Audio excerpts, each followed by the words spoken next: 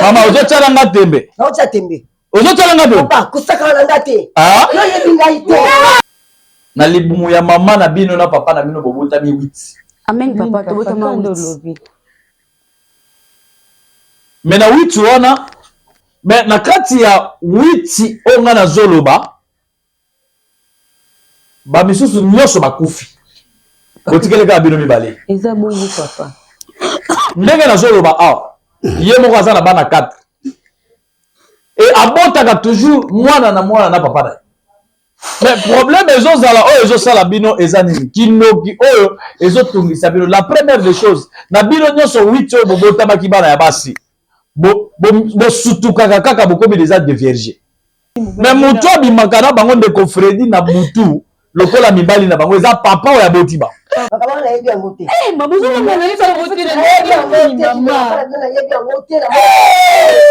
Yo tika na yebisa bino eloko moko bomoni mama na bino oyo ti ndenge nazoloba awa ye nde aza base hotel ndeko Fredi na kindoki ye nde aboma bandeko na bango nyonso bana 6 nyonso ngai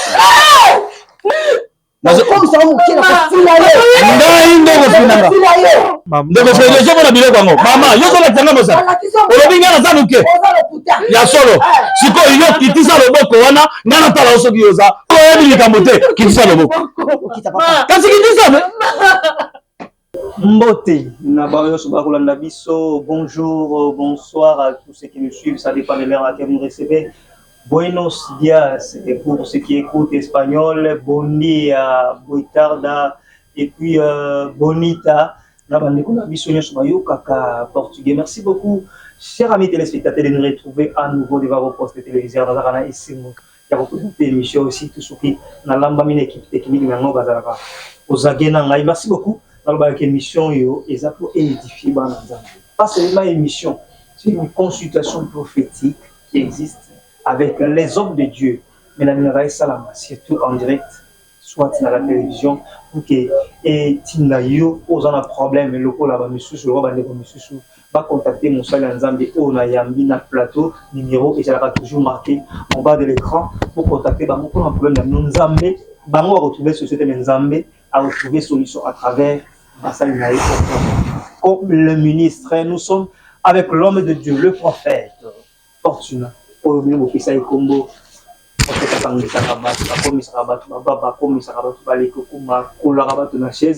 voilà, nous sommes avec lui sur ce plateau. D'accord, Freddy Polymath. Vous allez bien, papa? Ça va.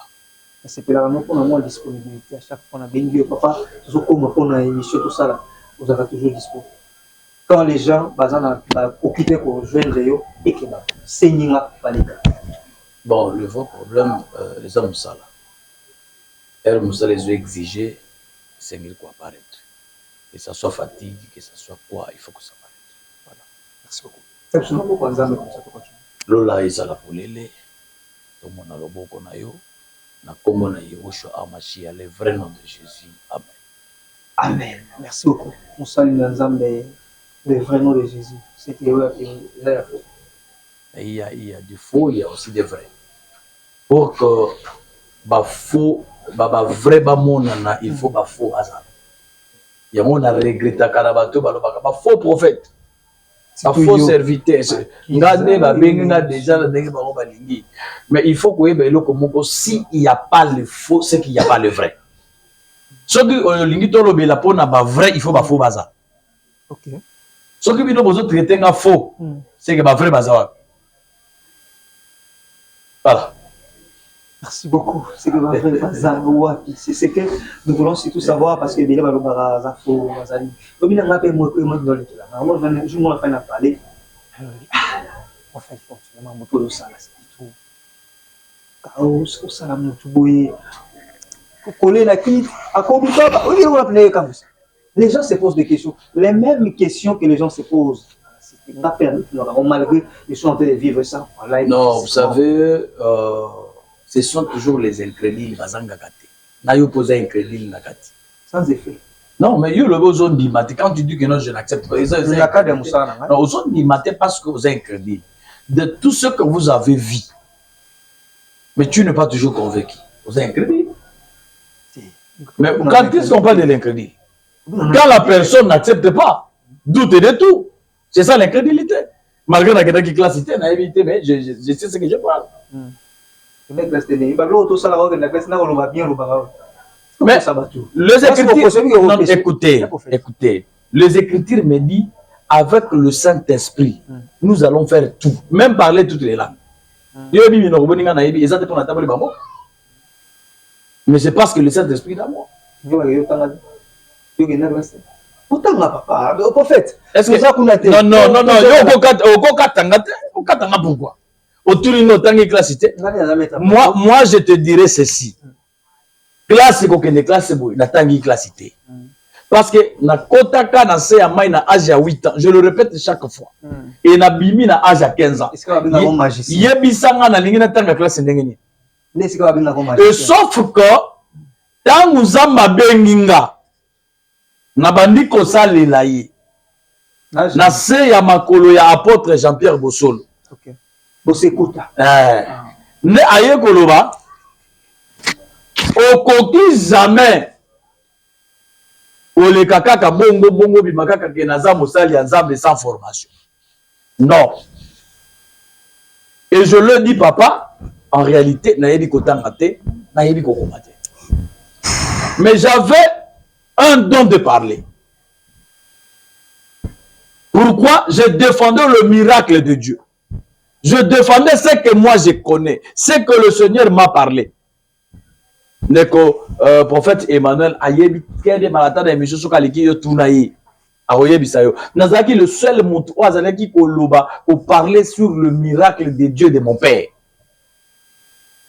Le kola nazaki na facilité à langage. Mon père spirituel a prié pour moi. Alobi, je te donne le don de la compréhension de la parole et recevoir le Saint-Esprit. C'était ça. D'abord c'est la Voilà Jean-Baptiste. Apôtre Jean-Pierre Bosolo. Alobi, recevez le don de la compréhension de la parole. Et à partir de Yawana, na yebisi nzambe.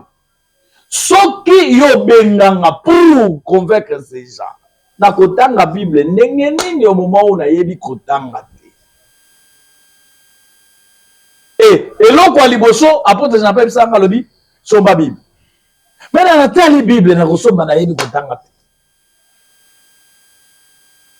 J'ai un petit frère, dans la somme Bible. Ce qui n'est pas dans la Bible, nga na moni netu yo yebi ko tangate. Non nga na ibaka tangelanga. Tanga tangi na bien c'est que Dieu va komaka ngo boye ba benga na Nzambe bo. Avec l'aide du Saint-Esprit. Na bandi ko kene. Maintenant, tant que bandi ko leka to koti na cour. Na biso parce que biso tozalaki na IBLC. Institut biblique pour la libération des captifs. C'est-à-dire naza spécialisé pour libérer bato bakangami na captivité. Na captivité. Parce que c'est ça l'école que je fais avec les prophètes de Mohamed.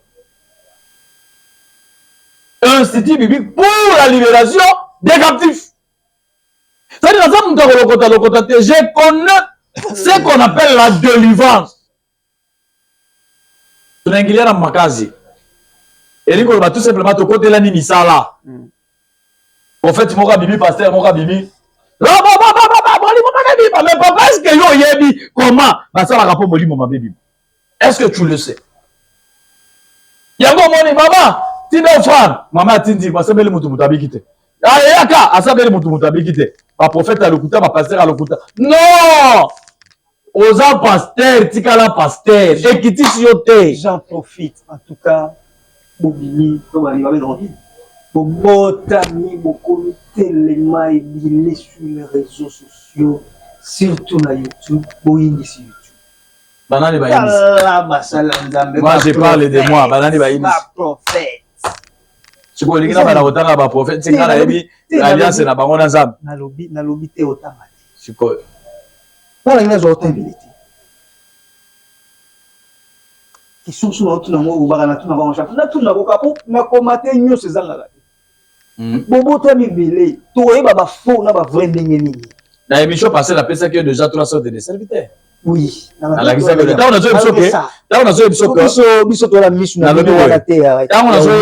a joué je fais IBLC, Institut Bible pour la libération des captifs. C'est-à-dire Naza doué pour na kolongola bato na kati ya minyololo ya Satan. De même que mon père, ma boma, ma makamane nenge abikanga.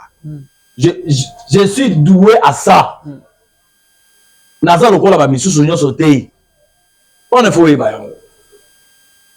Ba misusu ebele te, ba misusu nyonso te. On a fait ba. Non, ngana je parle de moi. Na yebi alliance ya mutu na mutu te. Est-ce que entre vous, les prophètes, on va nous rappeler des prophètes, on a des prophètes au hasard vrai. Oui, on a des prophètes au hasard. Question dans les avis. Quand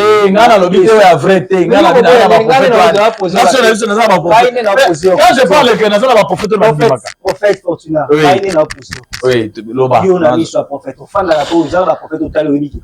Ou hasard prophète en vrai. Ou hasard vrai. Pour le monde à la spiritualité. Bon, on a ce qu'on a un thermomètre, tu n'as pas de rôle. Aux hommes dans la spiritualité. Bazali. Aux autres qui mango. Non, Bazali. Bazali. Oui. Autant que la mission il y a vrai. Il y a vrai. Toi et toi. Toi. Il y a vrai. Il y a vrai. Ma prophète. Ma prophète. Ma apôtre était, ma apôtre était, mais ma prophète. Ma prophète, mais d'accord. Même les apôtres aussi, quand ils prophétisent, s'il vous plaît. Ils ont les dons de la prophétie. Toujours va prendre ma prophète. Bon, ma prophète. C'est ça à toi. La Bible, la génération va pas il y a beaucoup de billes de l'eau. Je vais te donner. La Bible, toi, basé belé. Excusez-moi, d'accord. À toi. Nazo pesa 3. 1. Le prophète c'est Mokimba. Non, yo tu es prophète, je vais citer. Je crois dans le ministère prophétique. Il y a Fumokimba. Mais vous répondre à la question. Mais dis qu'on a dit ça. 1. Prophète Simon Kimba. Le plus grand prophète. Oh, Bissonio Sotorami Makolonae. 2. Le prophète Massamboukidi. My God. Non, yo tu as dit ça. Le fils. Peut-être troisième. Le fils ou bien le père. Peut-être. Le fils Massamboukidi. Mais quand je parle de ces incarnations. Nalobi Boye, les incarnations. Quand on parle du père, quand on parle, j'ai dit ceci. Quand on parle du père, on voit le fils. Donc papa qui m'a je parle du père, quand on voit le père, on voit le fils. C'est-à-dire, en général, dit Simo qui manque. Ce sont les vrais prophètes. Nalobi, ce sont les prophètes. Avec les 2. Massamboukidi. Nalobi, Massamboukidi. Ils ont le père, ils ont le fils, ce sont les prophètes. Le maïs. Maintenant, peut-être que le troisième, ça va choquer. C'est le prophète d'Église. C'est un vrai prophète. Il ne m'a pas payé. Mais je vous parle. Écoutez-moi. Je vous parle quoi. C'est un vrai prophète. Il n'y a pas personne pour me contredire. J'assume ce que je suis en train de parler. C'est un vrai prophète. Les jours où le monde vont comprendre que le prophète Denis laisse Azap et prophète. Mais peut-être que vous allez arrêter. Total, il y a une faiblesse sur la tête de mon akawana. C'est-à-dire, biso batu to mona ka mutunde boye tozo étudier boye mais na kati na ye to évite. J'ai parlé par rapport il y a ma prophète le plus grand prophète. Les faux maintenant. Les faux. Ça date de toi t'es deux. À autant que va comme le roi Zoluka guerre. Bongi Sanga. OK, merci beaucoup. Non, ça va, maintenant Katio ça va. Merci beaucoup. Merci beaucoup. Chers amis téléspectateurs, nous sommes là papa de Lilesi na question mot. Ça c'est important. On est tous pas père hein. Oui. Et Lingi s'il vous plaît, na Lingi kolobate que ba prophète Bazati. Non, c'est non. Au Sengi 3. Mais il y a aussi un prophète que je connais bien, le prophète Moïse Kasson. C'est un prophète. Nous vous saluons, papa Moïse Kasson, on a évité. Sur la 4, peut-être de moi au côté, mais c'est 3. comprenez-moi, non, je parlais par rapport au grand, hein, par rapport à ma papa, Naboyiko Kitana. Parce que moi, je dis toujours, il est les nouvelles générations, il est le guide des nouvelles générations pour ma prophète. Okay. Donc, il faut dire grâce à Moutou. Voilà, c'est un père aussi. On a payé Mbote Bisikazali et on a profité. S'il vous plaît. On a payé, on a profité. Soit on a place au bien. Soyez vraiment. On a profité qu'on ait ça à Brazzaville le 12 septembre.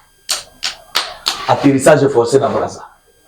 Bano Brazza va benginge belé. Est-ce qu'on cause à la papa le 12 septembre avec l'apôtre Moïse Kassomo na Brazzaville. Et pourquoi pas le prophète Fortina Azambate na Brazzaville na Kozala. Yaka na bato. Oya tembe. Yaka na bato tembe. Ba kokanga mabango sur la bakiti. Sokozaki Italie. Maramouya bakiti oyo. Brazzaville, le rendez-vous est pris pour le 12 septembre. L'événement est un grand événement prophétique avec l'homme de Dieu Moïse Kassomo et tous ses généraux. Nimomoni oyo collaborer na bango prophète Fortuna Ningalobi à Kozala, je ne sais pas ce qui va autoriser que ngana za équipe na rai pourquoi pas pour vivre cet événement. Kozala le 12 septembre, ne manquez pas surtout être soyez là. Merci beaucoup prophète, on est là, mais avant tout qu'il y ait une question de qui après, avant tout qu'il y ait une consultation prophétique parce qu'on est déjà avec la famille. On va savoir. Papa pasteur Carlos Barouti. Carlos Barouti. Au pays succession kaka. Moi, il y a papa Barouti Kasso. Alors, le Gomongo Meizo, et ça, na toi, les bêta. Et ça, moi, polémique. Na quand il y a frère, on va croire dans le message, attendre la fin, surtout. À côté, le message de la Bible, on va faire un message. Généralement connu, entre guillemets, branamistes. Alors, nous ne sommes pas des branamistes. Nous sommes des chrétiens. Lola, si on a interprété un message qui va texte Lola exacté on a branamiste mais Lola les a bateau en Jésus-Christ en fait. Si on a résumé le quoi le lokoana bateau bazana ba quoi na message à de la fin.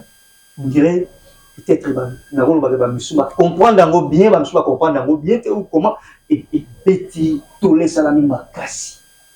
Yo prophète chrétien croyant pourquoi le banini pour moins compréhension. Mais vous allez m'excuser, le barapeda film et Bongina Mukongo Azuba. Et Lingo va tout simplement comprendre le lot. Bateau va s'attaquer à pasteur Carlos. Mon peuple pays, il faut des connaissances. C'est-à-dire, mon pasteur Carlos, que Dieu te donne encore la force et plus de révélations. À quelle agosité il a parlé des choses qui sont réelles. Ce n'est pas les branchis qui comme ça, comme ça, alors oui, bonchir. Non.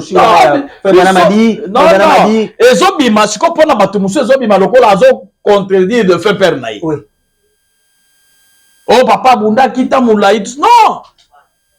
Sauf que malgré Papa Zalaki Namakamuna Loba qu'il a fait son travail. Mais je me rappelle aussi, Papa Loba qui nous ne sommes pas des bonamistes, nous servons Jésus-Christ. Mais oui, il y a moi non, vous savez, Batubalingaka.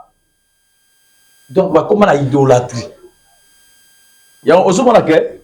Ngai na loba toujours que Nzamba Sundabiso Kanda Neya Nokite. C'est na mon sika de Carlos a ke pémélité. Il a parlé des choses réelles. À la qui cependant la vraie position que nous sommes tous des chrétiens. Nous sommes en train de servir Jésus-Christ, un seul maître. Et notre objectif est de peupler le camp du diable et peupler le camp de Dieu. Quand il parle, nous sommes tous des chrétiens. D'abord, premièrement, il a bien fait. Je salue aussi mes pères qui révérend évangéliste Walesa. En tout cas, mon père Azalaki. J'étais aussi là. Wow. Oui, ok, et j'ai vu aussi l'apôtre Mukuna, l'évêque, pardon, Azalaki, il faut soutenir. Et nous, comme Abé Azalaki, il a parlé ce que le Seigneur lui a mis au cœur, et il a parlé la vérité, rien que la vérité. Les Écritures me disent, vous connaîtrez la vérité et la vérité vous enfanchez. Ah, Merci beaucoup. La vérité vous rendra libre. Ah bon? Merci beaucoup. Ça, c'était la parole de l'homme de Dieu, le prophète Fortuna. C'est avec lui que nous sommes sur ce plateau, chers amis, téléspectateurs. Prophète Fortuna, qui sont bêtes. Ma question est bête. Merci beaucoup. Prophète d'accord, mais ça ne dérange pas. C'est tout. Non, ça va, déjà. Dinga prophète, la nouvelle marqué en bas de l'écran. Beaucoup solana yé, tozana, merci non c'est ngao fungola. Famille tozana bango la plateau awa. To solola en bas la moko, je ne sais pas. Ce qui osa d'accord nangai. Maman, osa na micro.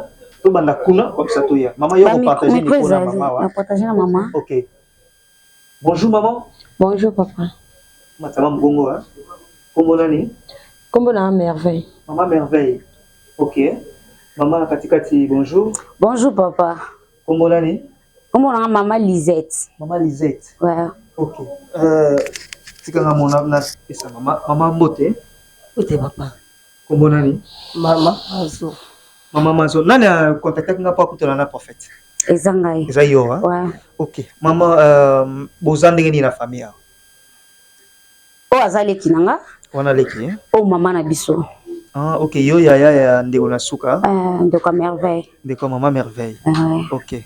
Bon maman iloko nini tindaki na eza pour sabato otala iloko nini tindaki yo pour contacter osula kaka na prophète Fortuna.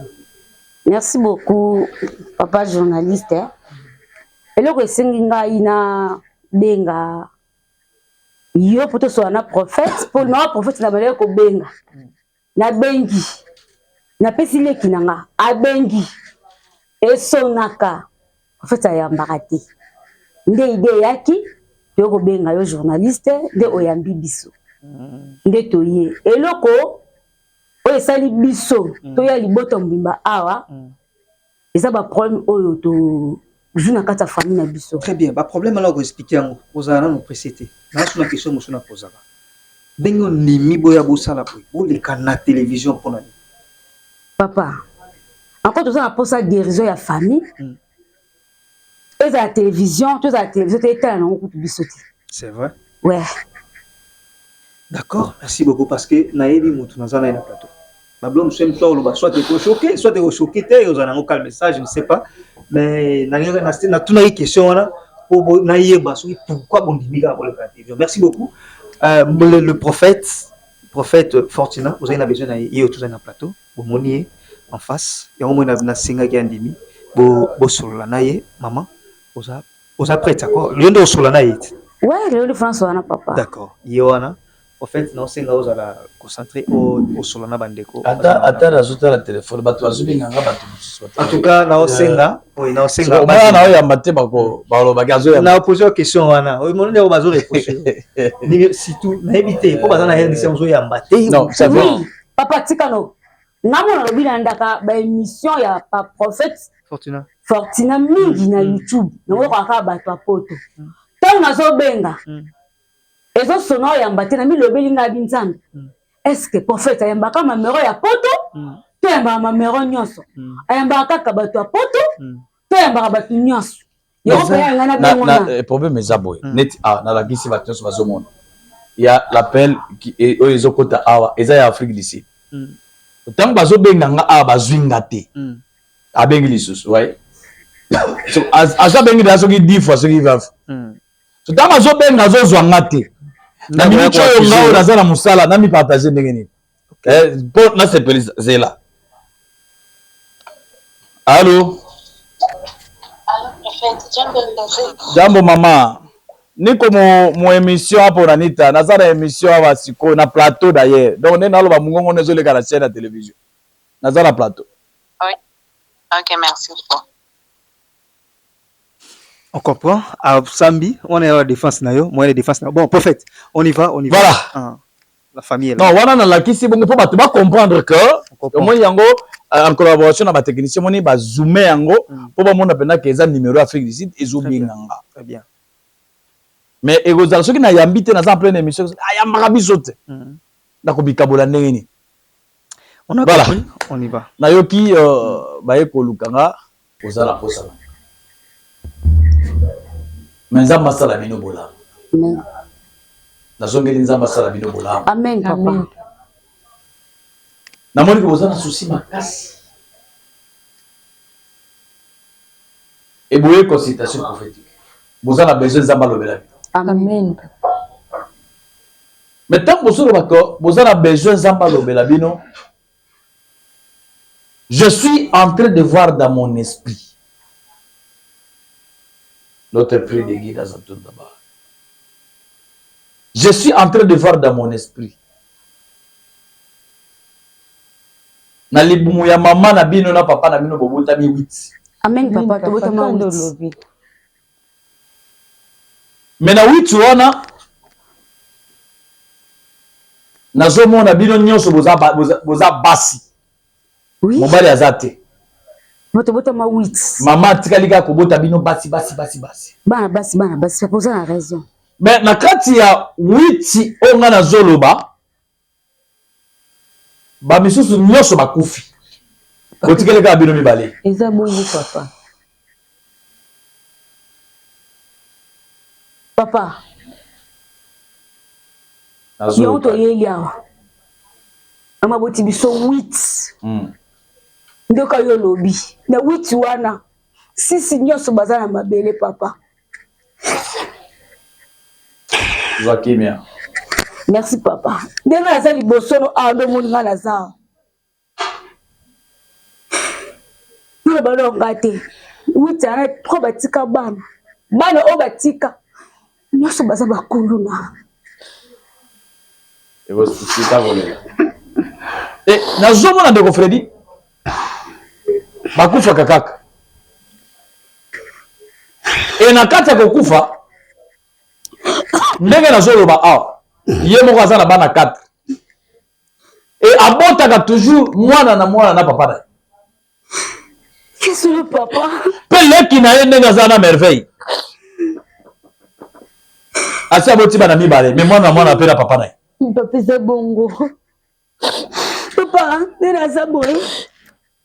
Oh là là, nous Mais comme papa, nena aza boye papa. Na bota bana 4 ni papa lobi. Na bota bana mibali kaya pa mapamba ti. Bota bana mibali solo. Nzamba sala nga grâce. Na kuta na mibali ya bien. Nzambe. Ata na sali nyonso pona mobali wana. Papa na ngai suka mobali fakima ngai. Na sala rappel no côté. Comment comme bon comme benga a comment sulu ba raison. Mais kuna tanga pa kombo mbala ngo awe zate tema de tous TV. To za na mobile mutu fa ya bien. Papa na ngai eloko te. Zambela ngai. Yoka. Zaki. Papa kande ngo lobi na ngai. Na ba mi balé. Na botel mobile moko. Mais problème ezozala oyo ezosala bino ezanini kinoki oyo ezotungisa bino. La première des choses na bino nyonso 8 oyo bobotamaki bana ya basi bosutukaka kaka bokomi des actes de vierge.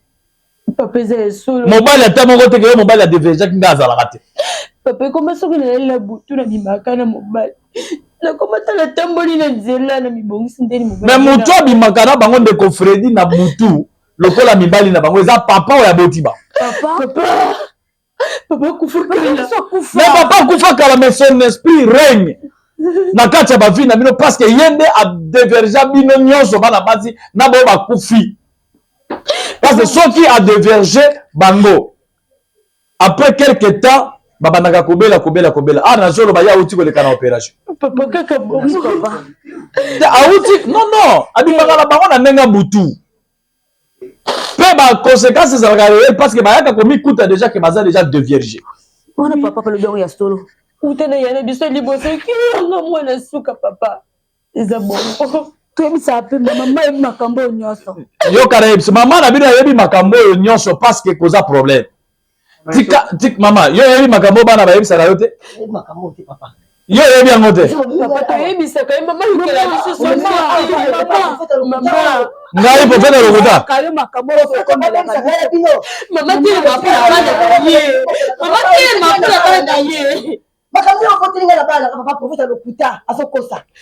Seke makambo nyonso nazolo bage.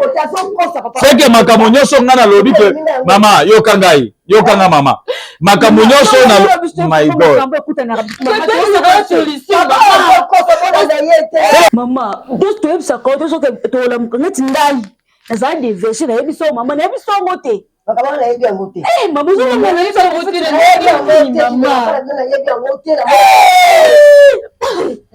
Mama bayebisaka yo te ke bamonaka boyeboye tinenge baye kokuta baza de version bayebisaka mama nyonso tomonaka ebisa. Na yo tika na yebisa bino eloko moko. Bomoni mama na bino. Tindenge nazoloba awa ye nde aza base hotel ndeko Fredi na kindoki ye nde aboma bandeko na bango nyonso bana sisi nyonso na mama papa tukolo baboyi Maman Koli, s'il vous plaît.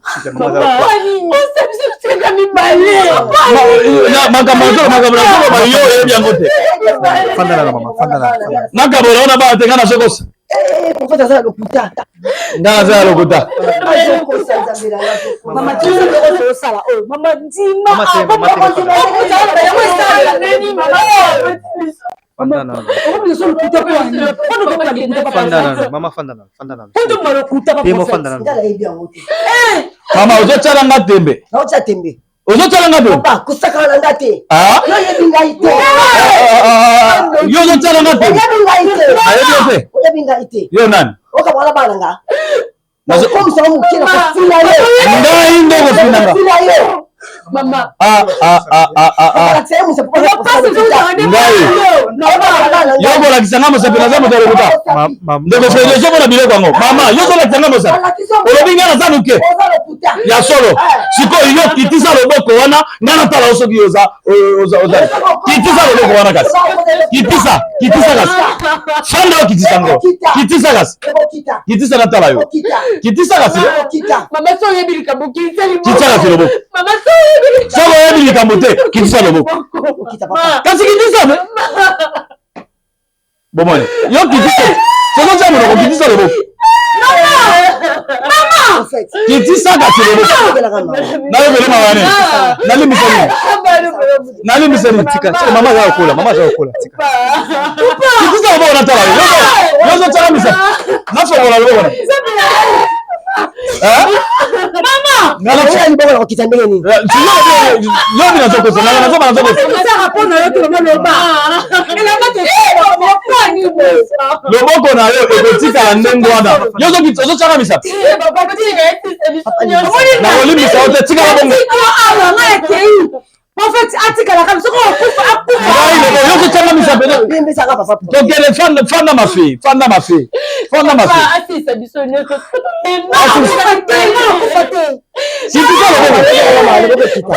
Na yo ke. Ndego Fredi zo mona biloko no mabongo ekokita enda kotika la ndengo wana. Prophète, s'il vous plaît. Pardon. Ya chaka misati. Pardon. Mama yo yebi ngozo sanga ko finanga na ba mke.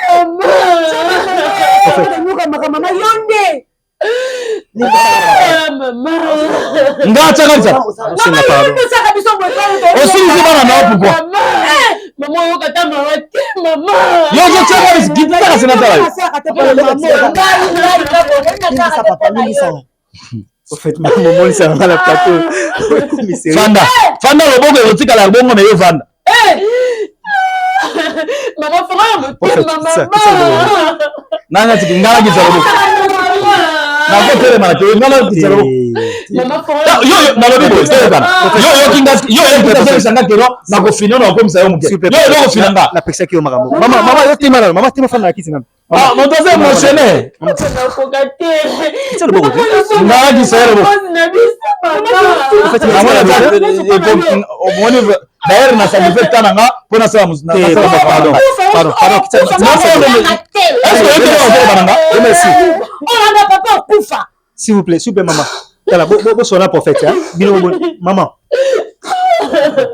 Papa alimbisanga. Non, Dieu merci. Kata wana pardon. Bato wala basuki onga na kata. Kata wana no. Ta scandale au ça. Tu vois na babilo on a plateau te quand même. Dis merci kata wana, s'il vous plaît kata. Kata wana. Nzambe na ngai. Kata wana. En fait. Vous quand même. Tu vois,